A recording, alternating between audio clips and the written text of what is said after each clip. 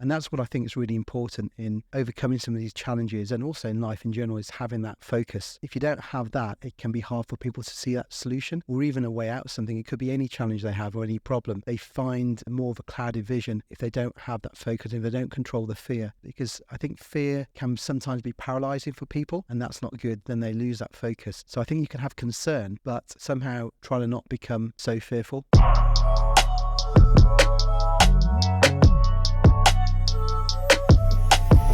I always wanted to know this question. How many countries have you visited so far? Good question. Yeah. I do get asked this.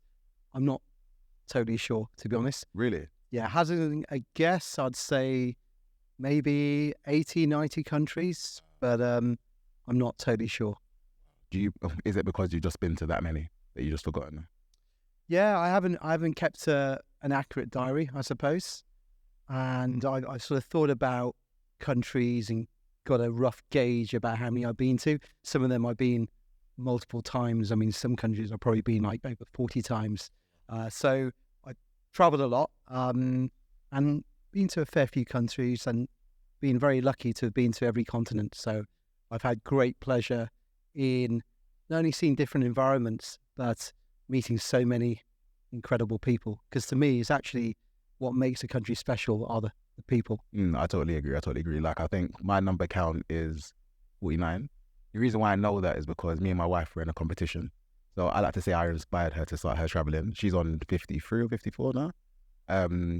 But there's so much of the world to see. And like you said, when you go there and come back, you have an appreciation of, say, the cultures, the people, the food. That's number one for me. What would you say is your favorite country that you visited? Difficult again to say. Okay. Reason being, I try to see the beauty in every country and what makes it special. And as you know, there's always going to be good points and not so good points in every country and every society. But I try to appreciate what that country and the people are about. I could give different ones for different reasons. I mean, one of my favorites where I've been quite a lot of times is Nepal. Reason being is because I do a bit of climbing, and over there has some of the biggest, most awe-inspiring mountains in the world. Yeah. I love the culture as well. The Nepali culture is fantastic. People are beautiful. You may have heard of the famous Sherpas, a race of people over there who are renowned for their mountaineering prowess.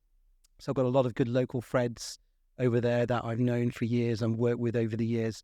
So I love Nepal for the people, the culture, the terrain. And is that the one you've been to 40 times already? Yeah, I'd say at least 40 times I've been over the years. Led multiple expeditions over there, whether they've been some climbs or some treks. So much to do. It's an adventure playground. So you mentioned that you do mountaineering as well as, say, the adventure traveling. Did they coincide together, or did one begin before the other kind of thing?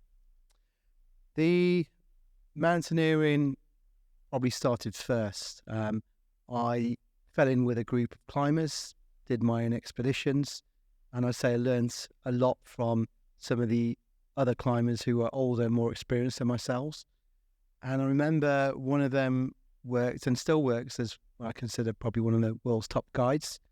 And he recommended me to one of the companies he worked for, and I did a trip, and that went well, thankfully.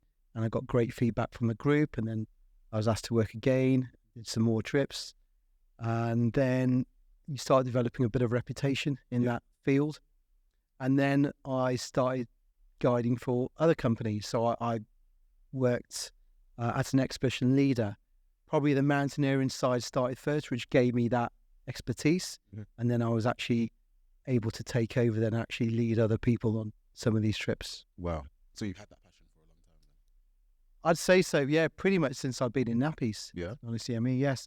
I think whether it was also part of me, but I think my parents played a large part, because we used to go on holidays around the UK to explore some of the most wonderful places. Like, to me, the UK is one of the most beautiful countries in the world, and great for expeditions. It may not have big mountains such as the Himalaya, but still has some fantastic places.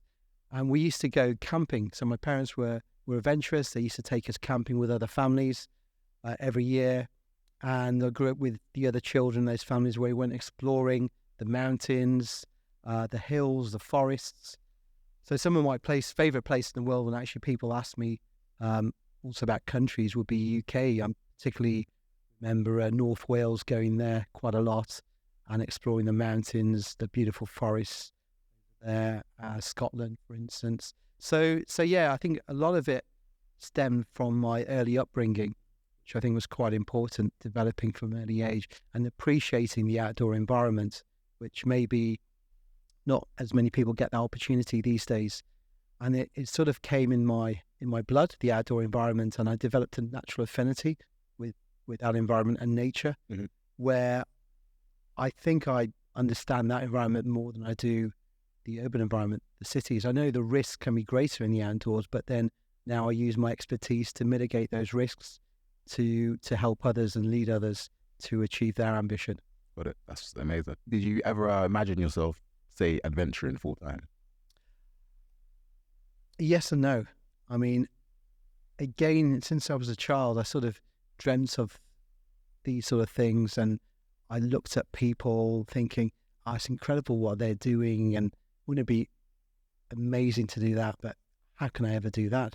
So, but then I always had that thing at the back of my mind, maybe one day, or maybe I'd love to do that.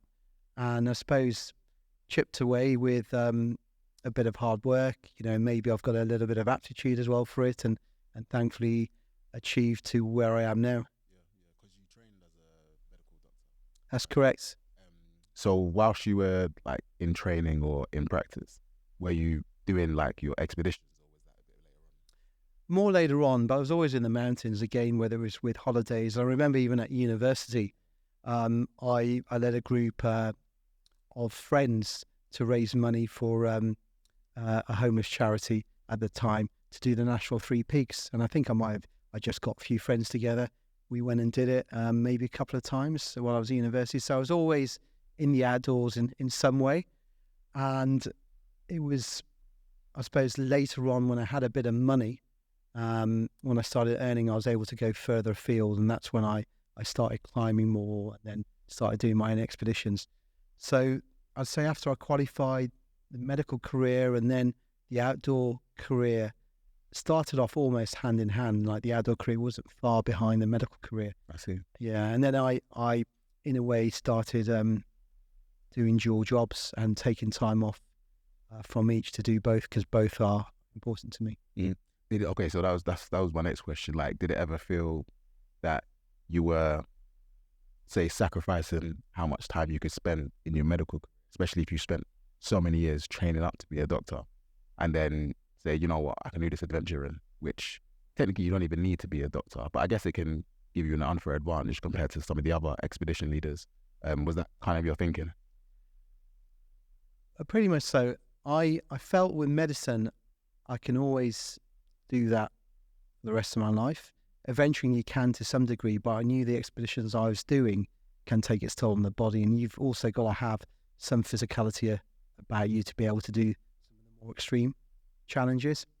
So I thought, let's do both. If you've got skills in both fields, why not use them? I think it's sometimes criminal if people waste their talents. Yeah. And also I find sometimes society, people like labeling others or giving a label, and it's like that person only does this or can only do that and haven't got any other capabilities. So I broke the mold in some way by doing two very different roles. And I remember getting some advice, I think at the time in my medical career earlier on, that not to do the other job, because it may show that you're not committed to the cause, the medical cause, and you might find it difficult to get other jobs, medical jobs, when you came back out of the expeditionary environment.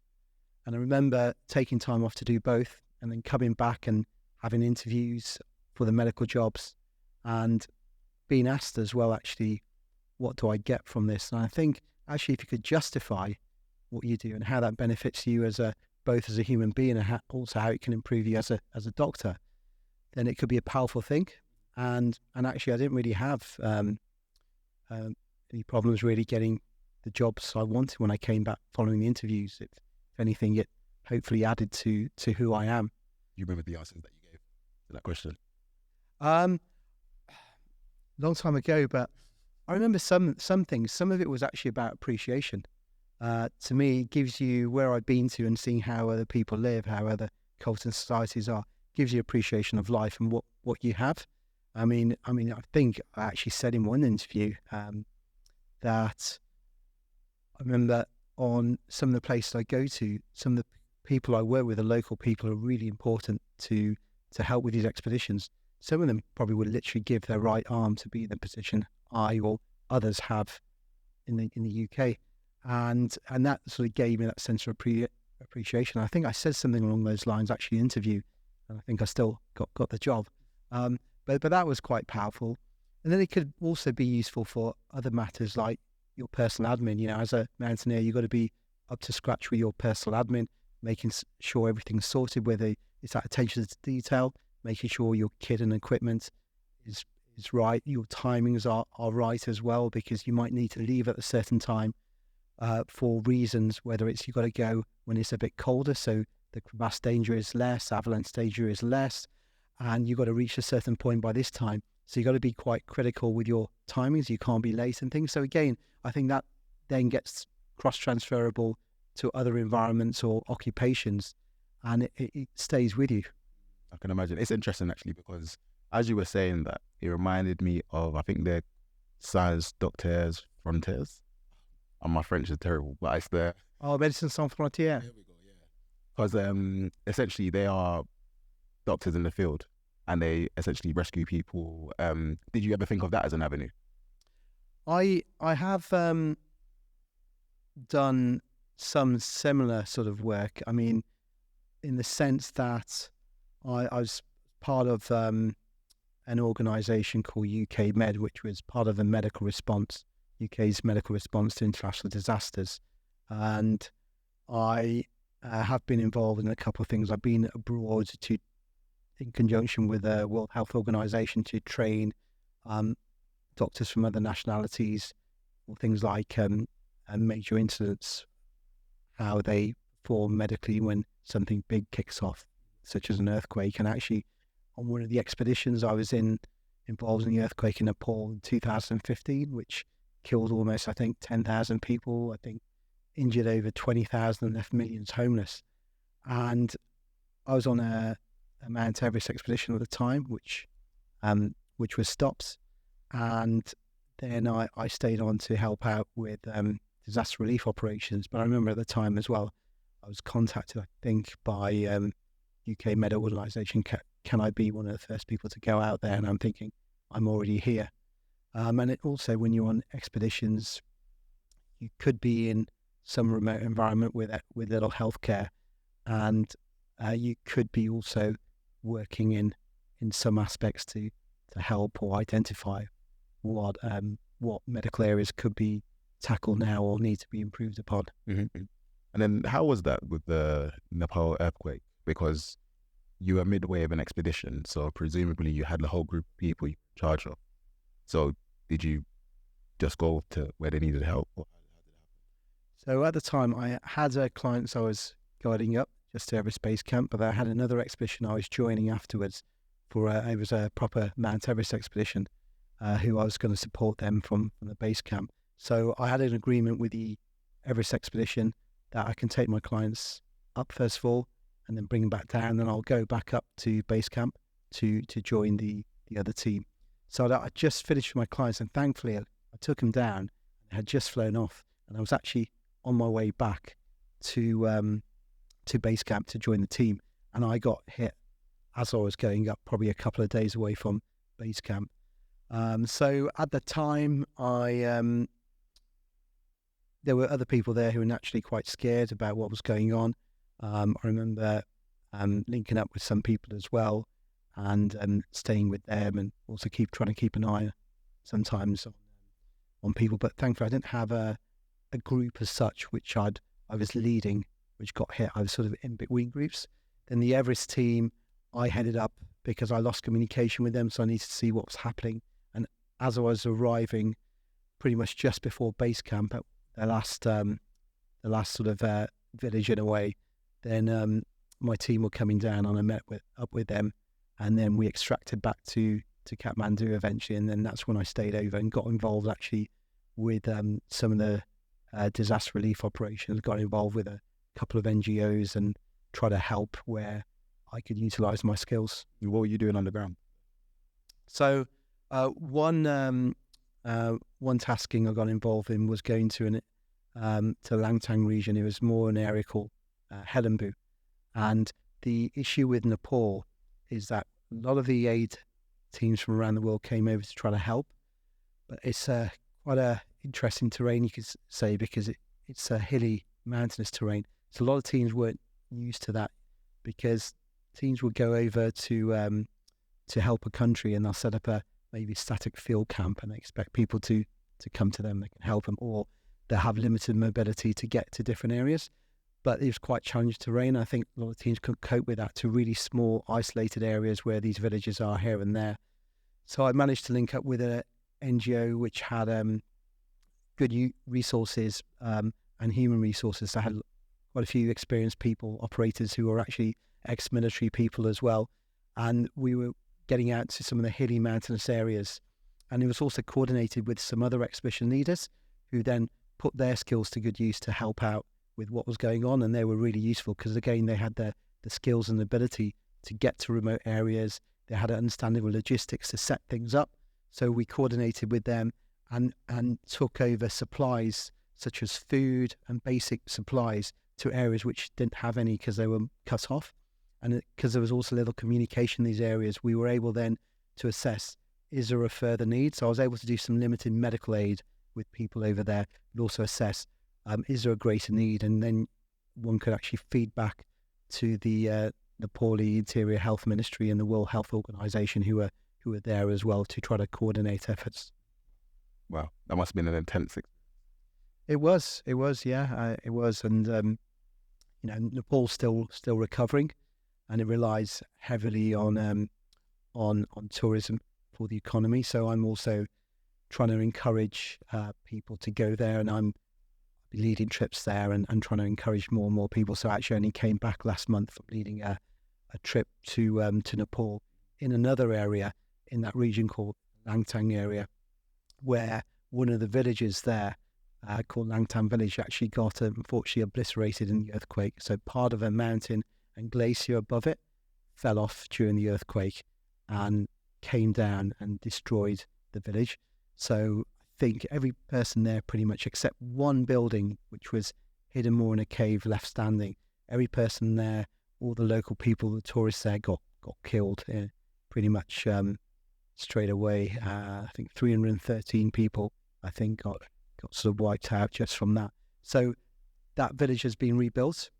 So I was privileged to lead a trek over there, which was kindly supported by Melinda Messenger, who's a TV personality, raising funds to try to rebuild a school which is in a different area called Newarcott, and the school is for hearing impaired children. And since 2015, their living quarters has been structurally unsafe, so they haven't been able to live there. And what we need to do is demolish it and rebuild it. So that's what we were fundraising for, as well as raising awareness of the Langtang region, which was affected in the earthquake, plus also the Nepal tourism in general, which they need for their economy, raising awareness of that and trying to bring people back to that region. And the trip went very well, so much so that we're actually scheduled another trip, and thanks as well to the kind support of Melinda Messenger, who's also going to support that trip again next May. So any support is much appreciated, both for the Nepali people and also for the school we're trying to rebuild through our charity, the Adventure Beauty Foundation. That's amazing. Yeah, like even the ability to pair up your skills, your passion, giving back to community, the people that you're leading on those expeditions, even themselves leveling up. Like, there's so many combinations there, which kind of just shows that every single day you're making impact, which is, I think that's awesome to do. Do you remember, say, the first scary experience that you had? Because if I think about if I was in your shoes, for example, and I'm going into an earthquake zone, I'm going to these areas where there still could be aftershocks or anything like that. I don't know where I'm going into, and especially some of the other countries and places you've been to might have been quite dangerous just generally. So I guess it's a twofold question. The first one, your first time you were scared, and the second one, how did you build up that level of fearlessness? So just thinking top of my head, I'm sure I've been scared so many times from since I was a child right up to now. But I just got top of my head, I'm thinking about on an expeditionary sense, Kilimanjaro, one of my early trips. So I was going with one of my friends who's guiding it, and I was on I think we did, as well as a normal trek, we did little side challenges en route, and one was a bit of climbing on some rock, which normally you wouldn't do just trekking up Kilimanjaro. So we're climbing on the rock, and I think I was finding a little bit challenging, and also the exposure, and I might have frozen there slightly. And my friend, who's again, he was one of the climbers much older than me, quite experienced and a really good guide. He was just telling me to focus, calm my breathing down, count to 10 nice and slowly, simple measures, either in my head or out loud. And I remember that really helped. And then it gave me some clarity and gave me some focus and some vision where I was able to come over an obstacle. And that's what I think is really important in overcoming some of these challenges, and also in life in general, is having that focus. And if you don't have that, it can be hard for people to see that solution or even a way out of something. It could be any challenge they have or any problem, but they find more of a clouded vision if they don't have that focus, if they don't control the fear. Because I think fear can sometimes be paralyzing for people, and that's not good. Then they lose that focus. So I think you can have concern, but somehow try to not become so fearful. And lots of ways people may do that. I know one of the mantras, in a way, which I learned with some of my climbing friends, who they used to say this, and I think when I researched it, I think it came originally from the Dalai Lama, but put in a more eloquent way than what we said. And it was we say, if you've got a problem and you could do something about it, why worry? If you've got a problem and you can't do anything about it, why worry? So in other words, what's the point of stressing? Stress, when it's too much, again, I think that can become quite fearful and quite paralyzing. So that's what I try to instill in people as well, to try to help them over their obstacles, whether it's in the expeditionary environment or generally in life. And once they relax a little more, then they find the solution. So to clarify, when you say focus, is it focus on the thing that they're trying to overcome, or is it more so focus on creating a stillness within them? I think they can go hand in hand. I think first, if you create that stillness within you, you've got that foundation and platform which gives you that clarity, and then you'll have a focus on how you overcome that obstacle or challenge. So I think people need to have that calmness first, in a way, if that's the right word to use. And there's another organisation I'm part of, my company, the Venture Boutique, is part of, called the Transformational Travel Council. And that's quite interesting, because their belief, their ideology is similar to mine, in that people like to travel. Understandably, it's a fantastic thing to do. But if you can add in a transformational element to that travel, it can be one of the most powerful things ever. Because the idea of that, then, people can involve themselves, they can transform in a positive way. And if they do that, then it just doesn't stop there. They don't just become maybe a more resilient human being. They don't just become happy in life. They then hopefully will go on to help other people. So that's the power behind it. So that's just something from a transformational point of view we subtly try to instill into our trips, into our expeditions, in that hopefully people will grow as an individual. They learn about their strengths, and more importantly about their weaknesses, and they develop as a person, a human being. And then they can also then, once they have that platform, go on to help other people. Can you share any examples of some of your clients that went through transformation? I could think of just recently, our charity, the Venture Boutique Foundation, is supporting a hospital called Masanga Hospital. So Masanga Hospital is in Sierra Leone in West Africa. And I led an expedition there to climb the highest mountain in Sierra Leone, which is called Mount Bintamani. Practically nobody's heard of this or even ever climbed it. And it is quite a wild adventure. And these clients, these friends wanted a real adventure. And to me, climbing the mountain is actually straightforward. You don't need really any technical skills. Once you find the mountain, it's an easy scramble to get up and then down. But it's that whole journey and it's that whole process which I think is enjoyable, but also induces the transformation. And whatever happened on that journey, meeting the local people, the challenge and what people had to undergo themselves, we raised a lot of money for that hospital, and that wasn't the initial intent. I mean, in a way, I did stop off en route because to get to the mountains, the Lomas Mountains, where Mount Bintamani is situated, it's actually right on the east side of Sierra Leone, and you fly into the west in Freetown. So en route, it's good to stop off somewhere, and I stop off at Masanga Hospital, and that also means that the group can see the good work what the hospital does and what is actually going on there, and that's really powerful then, and it makes it real to people about what the locals may want and what we could do as well.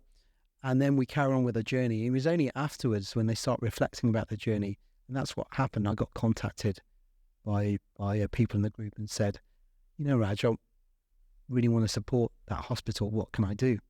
And then I have the links with the hospital and say what's needed to help you, to help the patients, to help their staff. And oxygen was a requirement. So they had a lack of oxygen. They needed oxygen concentrators. And from the group, from some of my friends who were in the group, they donated a lot of money, personally, gave that. Because I think it gave them appreciation of what they have, appreciation of life. And just from that, which was a few thousands of pounds, we managed to buy, I think it was 36 oxygen concentrators, which I think has fulfilled that initial requirement for the whole hospital, which is really good. So to me, that was an example of transformation. However it happened in the individuals, but that journey, that challenge, and the interaction with other cultures, other people, I think are an important part of that process. Mm-hmm. So do you make that as part of your ethos when leading expedition, some type of like transformation, or like in terms of building blocks of what each expedition has to do? Challenge is part of ethos because adventure is part of ethos, and I think with the adventure you get that challenge. But I think then that then goes on to further development, because then that can lead on to that transformation. That challenge can lead to the individual then becoming more resilient as a human being. And another example I'm just thinking of now is someone I took on another expedition, and I remember they fed back sometime later after the expedition to thank me for that journey they underwent, because prior to that they were a manager and they used to go into the management meetings and come out quite frustrated and stressed with the bickering and the politics going on.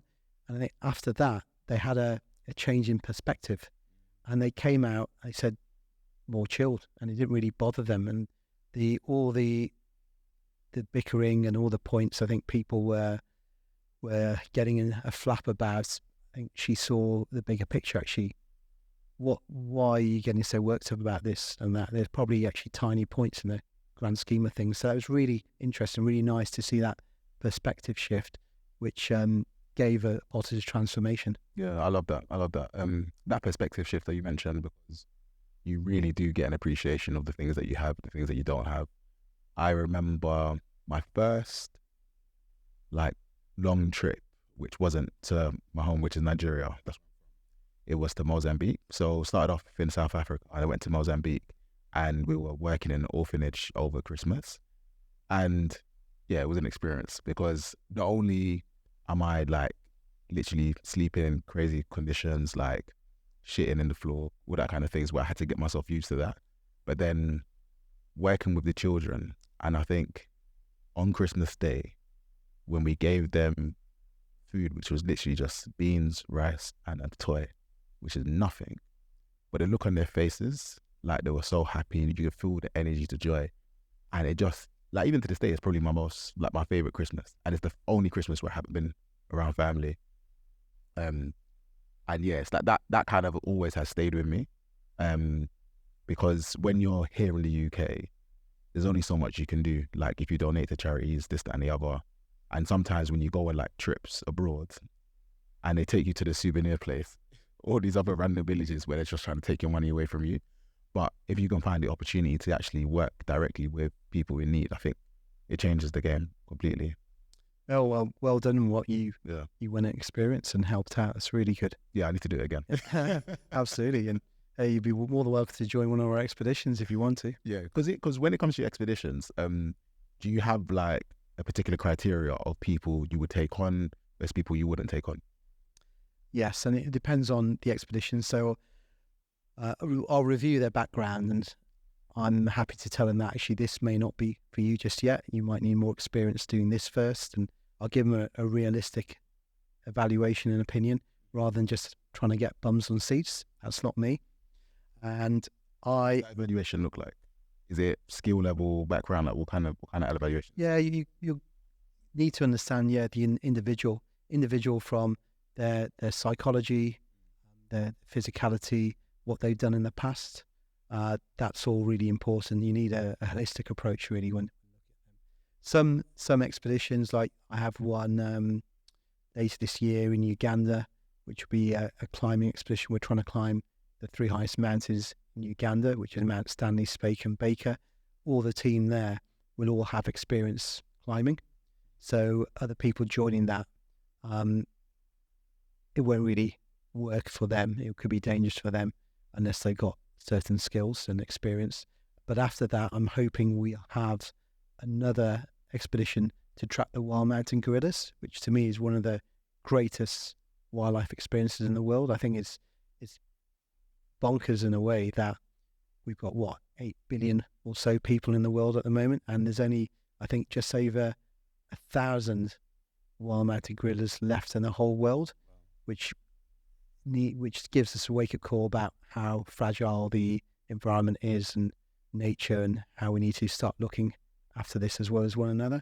So that something like that would be less technical. People would just need general fitness to do a bit of hiking, but that's going to be adventurous, but in a different way, in a non-technical way. So there's normally something for everybody. I mean, I just got back from Portugal, and I actually had a group there for a few days, and that was, again, had some adventure, but a lot more chilled, with some easy hiking, because I knew the group's ability, so I was able to tailor that adventure to their ability. So I think there's something for everyone, but in everything we do, we always have some adventure element, but that will be tailored to the individual or the group.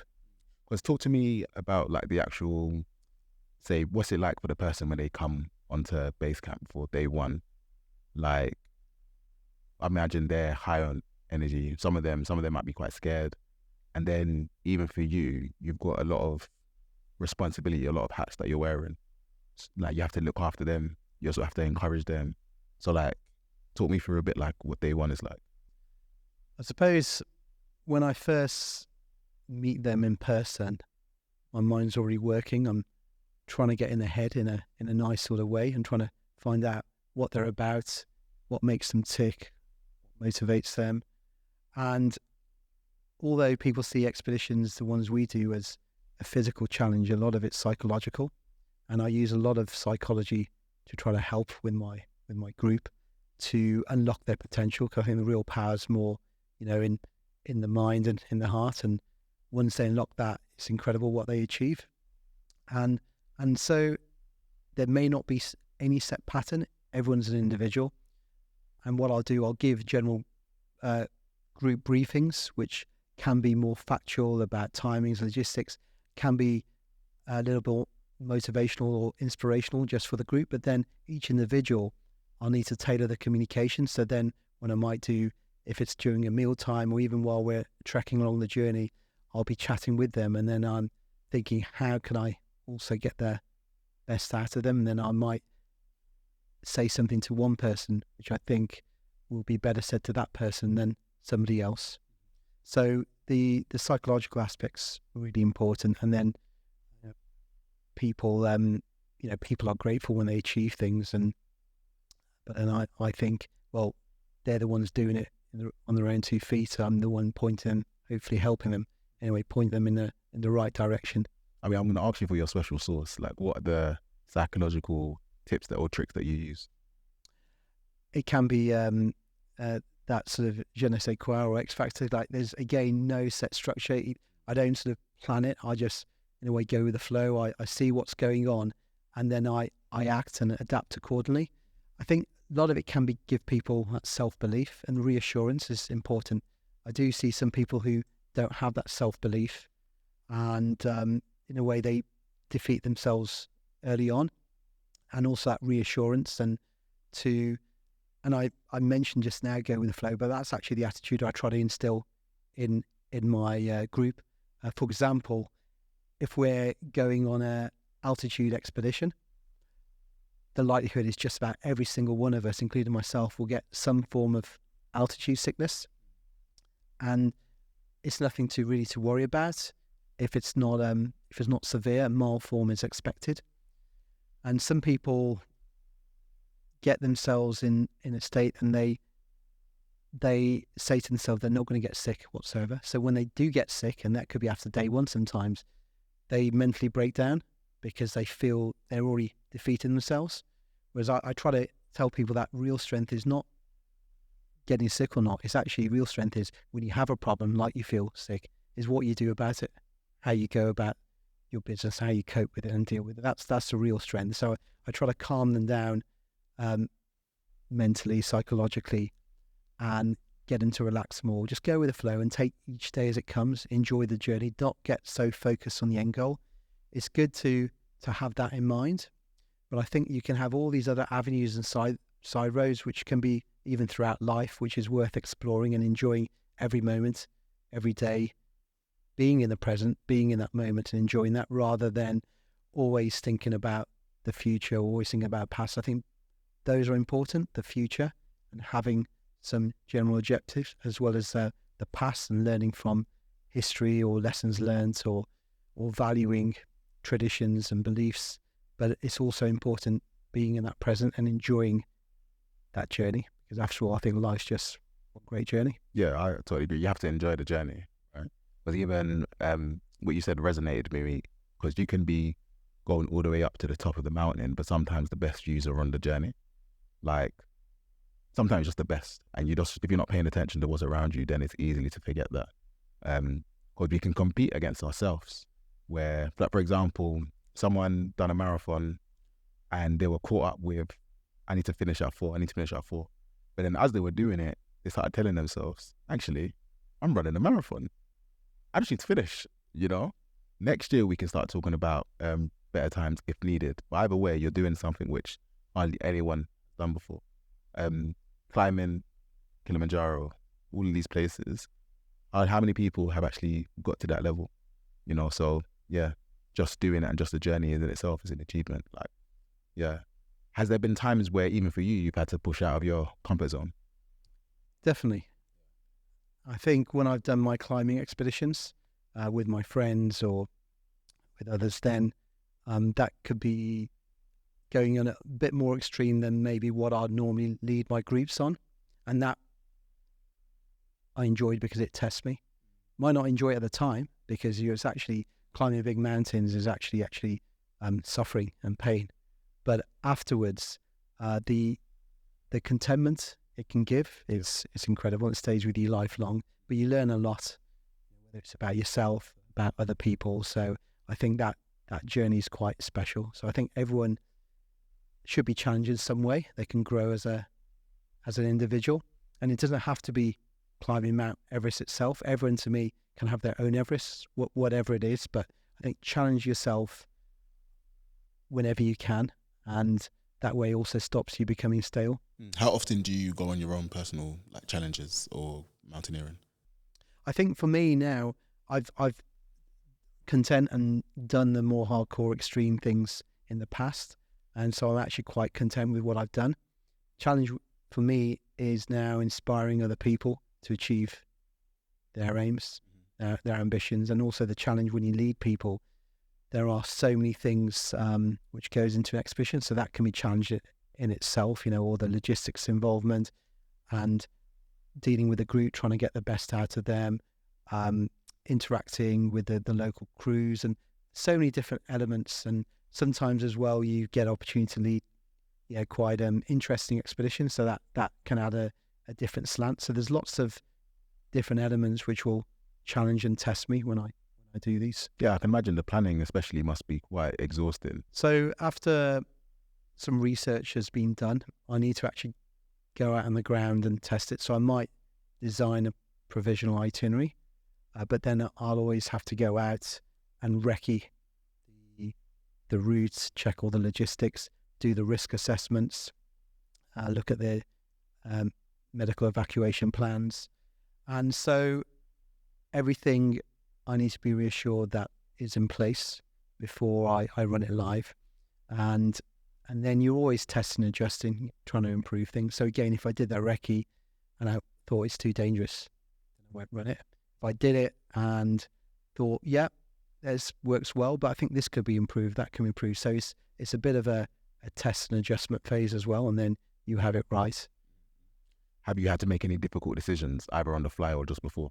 I mean, I've done recce's in some places where I thought I actually can't find an angle which would be really powerful for people to do. So I thought at the moment, no. But then I'll go and revisit it. And so I've been somewhere and I've actually gone not so long ago again to have a look at it and thinking, yeah, I could possibly do something now. But I think, again, people shouldn't get set in their ways. Things change and you need to adapt with what's going around you, and other opportunities might become apparent. So I've done that, and there's other things where I've gone on and thought, yeah, this needs changing, that needs changing. I mean, Sierra Leone again is one example. I did a route on that, which was, you could say, pretty tasty, pretty interesting, and I purposely did it as well during the monsoon time, which I think some people thought was a bit crazy. But then I knew if I could risk assess it during the worst possible periods, it means when I run it for clients, when I run it for other people under my charge, the risk assessment's done at the worst possible time. It should be easier. And even then, I'm glad I did, because even then when I did it in the good time, there were challenges such as our last one, I think one of the bridges was washed away by a flood. So I lost 2 days on the itinerary. We had to ditch the Land Rovers early on and cross over by foot. So I had to think quickly, in a way, doing a dynamic risk assessment all the time about what's safe, when to go, when not to go, and then had to think on my feet and change the itinerary to make sure that it's safe for the clients and it works, they can achieve their ambition and that they actually enjoy it.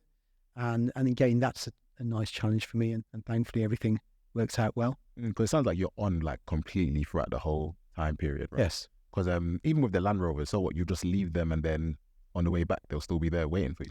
Yeah, we had to go through 3 tribal lands, and that's what's the beauty of something like the Sierra Leone adventure we do, because I say to group, we might not even get to the mountain. Reason being we go through 3 tribal lands and we have to deal with 3 tribal chiefs, and I don't want to impose myself on local people, so I want to go with their blessing. So we chat with them, discuss, negotiate, and we have to get their blessing and permission to pass through their lands. If they say no, that's it. And that's part of the excitement and adventure as well for the groups. So we did that, and I think it was the second village, I may be saying maybe the second one, we were able to leave our Land Rovers there safely and then carry on foot, and then when we got back, pick them up. What's the negotiation about then? Is it to do with like giving money or offering? Like, how does that work? Money can play a part, and also employing the local people, which is good. So we utilise the local people in the sense of employing them, which will help them. Yeah. And so they're, we're not giving them handouts, we're giving them a role. So that's the power of the tourism. And also, just being culturally aware, because different societies have different mindsets and work in different ways. So, for instance, I remember, I think it was the first village and the first chief we came to, because there's a lot of respect for the elders. So even though I was the expedition leader, I think I was actually the youngest in the group at the time. So I generally stayed away and milled around. And I don't know whether he realized, but I think I put one of my clients who had grey hair and was the oldest, sat him strategically next to the chief because a sign of respect, and the chief probably thought he's the one who's in charge, and whatever happened, it seemed to work anyway, and we got the blessing and they had a good chat. I think my group member might have been blissfully unaware, but he had a really nice time, and for him it was quite special. I think being next to the chief and interacting, something very different, which you'll probably, people normally never get to do. So, do you interact with some other tribes that have no human interaction normally? Yes, we do, and again with their blessing. So I was privileged to have led an interesting expedition for the BBC, and it was with David Beckham and some of his friends, where we went through the Amazon jungle in Brazil, and our aim was actually to head up north towards the Venezuelan border, but get over to a tribe called the Yanomami, who are absolutely incredible. But that tribe, there's no roads going there, and you can't have contact with them, normally speaking. But we had the blessing from the chief of the Yanomami, or someone considered their chief, and as well as then special permissions from the Brazilian government. So we had that interaction with them, but we had to be careful because we had to be culturally aware, brief the group, how to interact, had to get screened for diseases. So we mitigate as many risks as we can, not to affect them adversely. And then, like I mentioned, again, it wasn't like we just rocked up. We made sure we were welcome first. And that was special because you see their way of life, and you think sometimes as well, what I like to do with my groups is when they go over on an expedition to another country is I try to get them in a way to see what's good in that society, in that culture, and with those people, and cherry pick what's good.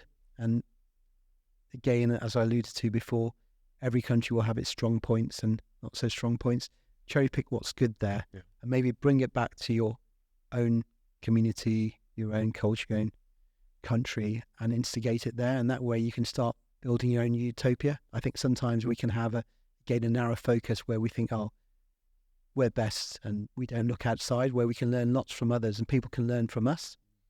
And that was special to me because I saw their way of life. And you saw as well, materialistically, they had nothing compared to us. But you actually sometimes think, are they actually richer than us? Because they seem maybe richer in other ways, in their community, in the support for another, in just sharing time, telling stories, having meals, just simple things in life, which I think are really important, that human connection.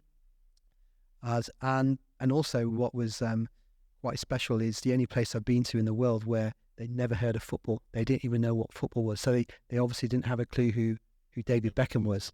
And because they even know what football is. Wow. How do they even do sports at all? I guess not, right? It'd just be hunting. So that's the thing. A lot of cultures I come across, they in a way are amused by us doing sports and going to the gym or whatever, because they think, why are you doing that? Because for them, their lifestyle can be so active, because actually if you're hunting all day or foraging, doing all these wonderful functional movements in the natural sunlight, it's one of the best forms of exercises. So why do you need to do anything else?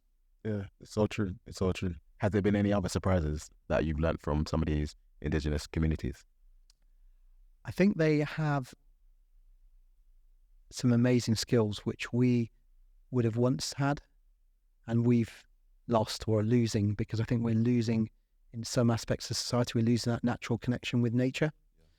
And these skills are very valuable, not just in future, as of now, with what's happening with the climate and how various areas around the world need to be more adaptable and more resilient with what's going on. I'll give you some examples. So I've been fortunate to spend some time with the Maasai, a little time with the Maasai, and it's incredible where they can find water just in what looks to me like dry earth. Their water divination. That's one of many skills I have. The San people from Namibia, who they are probably the greatest trackers I've ever come across. How they could track animals or people for days. And some of these, I think, are useful now and will become ever so useful in the future. I think there was a report done, study by some organization, actually said that the Maasai should be used now with their skills and knowledge, with what's going on now in some areas around the world, with whatever's happened with the climate, such as drought areas or here and there. They've got skills and they can impart their knowledge to others to make other people more resilient and more capable of living. It's like we forget there's that element of those tribes that there's something, they ignore something that we don't, because we become too reliant on technology. It's a good thing, but also, pros and cons. Because you spend so much time in these different countries, different indigenous communities, do you still have a sense of where home is? I do. The UK is my home. Yeah. I love the UK, and home, family, friends are really important. So, I mean, people have asked me why haven't I lived in other countries? And I know some countries which I think are amazing to live in. Yeah. But I suppose I'm privileged in that I have spent a lot of time abroad, immersed myself in these countries, in these cultures, with what I do through my passion and my work, that I have no need at the moment of actually living somewhere else. So UK, again, like I mentioned before, is one of the most beautiful countries in the world. So this is home. But I'm very fortunate in what I do. Yeah, because that's what I'm gonna say. Like every time when I go abroad, it gives me reasons why sometimes I dislike the UK. Gone to other places, you see, okay, the UK is not that bad. I think here it's just the weather is. Like, give me some consistency, please. Today's a good day, though. I give it that. Okay, cool. And then, where's the farthest place you've been? The furthest, I suppose, the most remote place has been Antarctica, where I was on a climbing expedition to climb Mount Vincent, which is the highest mountain in Antarctica, right in the interior. And it's so remote. It's somewhere where you really need to be on the ball. That attention to detail becomes critically important, because everything like your kit and equipment, if you forget something, you can't just pop down to the shops to get it, or something breaks. You've got to improvise and try to solve that issue or fix the problem or fix the equipment which is broken. So you've got to be quite resourceful. And I remember standing in the mountains just looking at a sea of ice, looks like going on for thousands of miles, and not a soul in sight. And so you know that although there are communications for potential rescue, if something did happen, it may not always happen because it is so remote and a challenging environment to operate in. So that's probably been one of the most remotest, but also one of the most beautiful places I ever seen. It's got this real surreal, ethereal-like beauty, and it's very difficult to describe unless you're actually standing there. And things went very well. We're very fortunate that our team, we summited the highest mountain in Antarctica, Mount Vincent. We also then went on to summit the third highest mountain in Antarctica called Mount Shin, and we did a new route up Branscombe Peak. And again, we were honoured because we were written up in the American Alpine Club Journal for doing that new route on Branscombe Peak. But that was an amazing expedition for sure. What haven't you done yet? Sure, lots of things, but I'm content anyway with what I've done so far. Yeah. So what's next for you then, and the Adventure BT happening next? So next for me, I'm off. Gonna be up in Scotland for a bit, and then doing actually Ben Nevis, the highest mountain in the United Kingdom. Fortunate to have been asked to do that by Gareth Thomas, the ex-Welsh rugby player, and Melinda Messenger, who they're doing it to support tackle HIV, which Gareth is supporting. So doing that, and then moving on to filming a couple of TV shows. There's a show called SAS, Who Dares Wins. So being asked to be the on-screen doctor for that show. So I'll be doing that for the UK series, but also I've been asked to do it for the American series as well. So we'll be filming those. And then I will be going on to Uganda for a climbing expedition with a team. And then maybe after that, leading a trip for the wild mountain gorillas. This year, yeah. A couple of other things in between, but those are sort of more in the expeditionary environments. And then we'll see. Already some things planned. I mentioned earlier the other trip to Nepal in the Langtang area, which we're trying to support with a school, and also tourism to the Langtang region. That's going ahead in May next year as well. Might have another group for Sierra Leone early next year.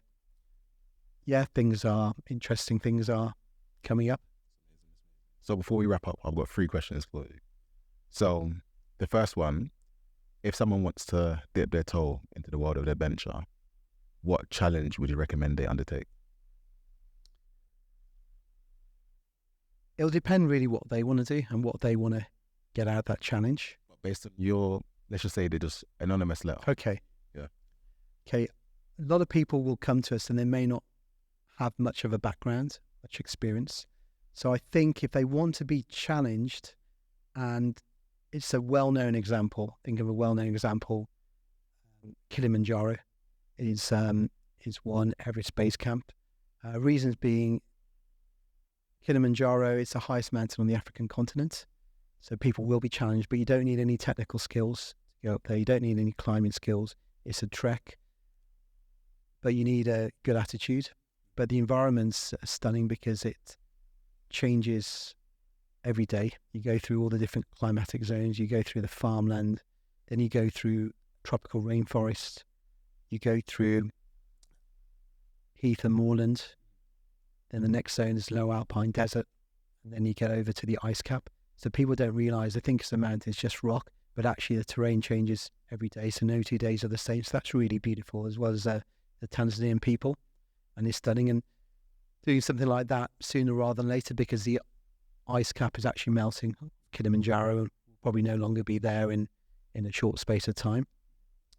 And Everest Base Camp, to me, can be really simply one of the, if not the greatest trek in the world.